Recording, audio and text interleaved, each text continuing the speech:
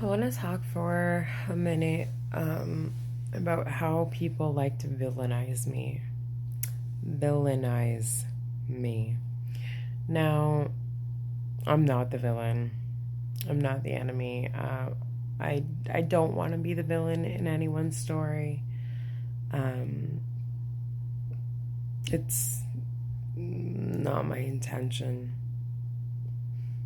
I think of myself as a good person. I always have. Like, I always knew that. Um, and I don't go out of my way to like hurt people or cause anyone grief or stress. But people like to villainize me, irregardless. And it happens often. Um, Now, obviously, I have an issue with filters. I always have. And I'm blunt and I'm outspoken and I'm truthful and authentic and real and raw. And it's a lot for many people to handle. But sometimes, I'm also clumsy and, make mistakes. And also, I have disabilities, various disabilities, physical, mental, emotional, neurological. Yeah. But it hurts when people villainize me and it's like, it's not even accurate. It's not even an accurate perception of who I am or even the scenario at hand. So I'm going to use my fucking watermelon example. Like, that happened yesterday. Like, the store clerk, the man behind me, people around me, because I spilled a $5 tray of fucking watermelon, like, they don't know me. They don't know that I'm half crippled. They don't know that I have nerve damage down the left side of my body. Like, they're looking at me like, I don't know what they were thinking. Like, did they think I intentionally did that?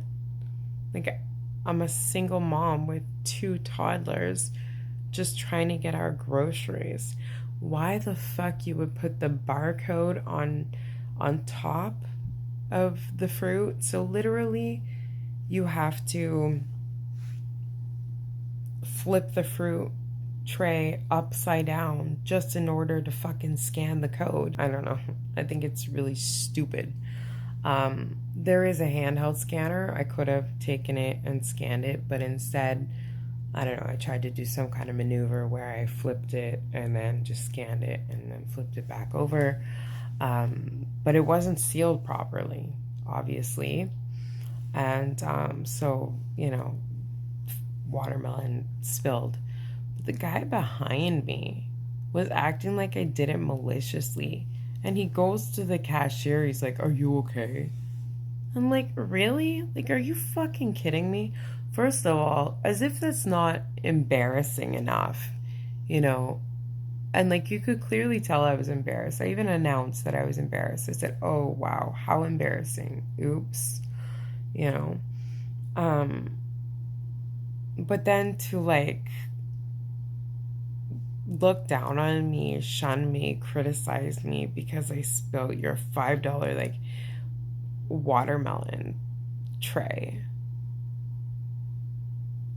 Like, to make me feel like unwelcome, like I'm a fucking nuisance or a bother or a disturbance, or, because I spilled the $5 container of watermelon.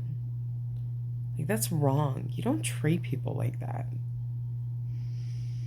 And then a couple weeks ago, I got kicked out of a domestic violence shelter because one of the women there went forward, well, her and her friend went forward together to the staff and said that I maliciously hip chucked her in the kitchen, that I maliciously, vindictively hip chucked her. Now, obviously, any acts of violence anywhere is not acceptable, not tolerated, but especially in communal living, especially in a domestic violence shelter where, women are already there, like, have already been victims of violence. Most of them, anyways. I don't know. This particular person, she wasn't there for acts of violence. She was there because her parents kicked her out. I don't even know how she got into this shelter. She must have had some connections or something, because they told me that I didn't meet their mandate, because it had been too much time had passed since my husband last assaulted me. So I didn't meet their mandate. Anyway, these ladies that went to the office and said that I maliciously hip chucked her. Now, without any regard that the shelter would penalize me by kicking me out onto the street with my children, like no regard for the consequences of what they were saying.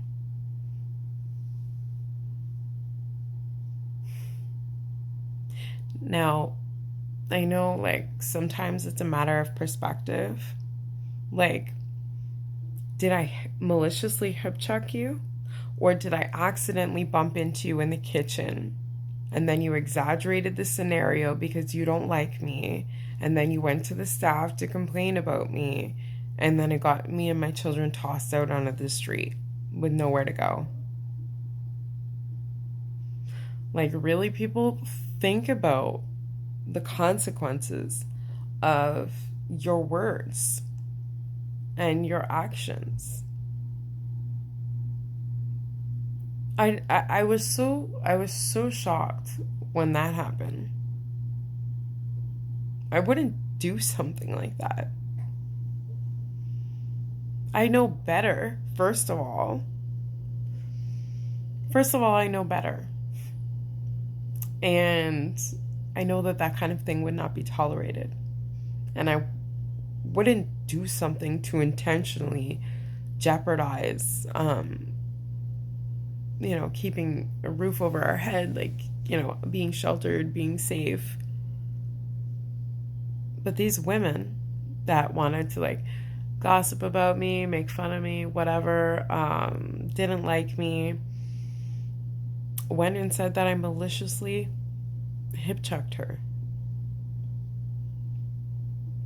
That's not me. The only time I would ever be violent with someone is in self-defense. Like, why? Like, there's no reason for it. And the risk is too high. Obviously, the risk was too high because it got me and my children tossed out onto the street with nowhere to go, and we couldn't even find shelter space. We were on the side of the road with our stuff. And we couldn't even get a taxi. From 4 p.m. till 9 p.m., I tried to get a taxi to come out to us, and they kept saying that there was none available. At first, I was trying to get 2 taxis because we had a lot of stuff, and I just wanted to get to the storage locker, offload our stuff, and then figure out where we were going to go next. But this little punk bitch, I fucking hope she gets her karma. And I hope she learns life's lessons really quick. You don't do that kind of thing. You don't place false allegations on someone. You don't exaggerate a scenario. I have nerve damage. Sometimes that makes me clumsy. Sometimes it makes me walk funny. Sometimes it makes me lose my balance. Yes, that's how far-reaching my nerve damage is.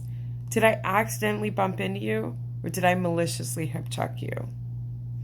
Right.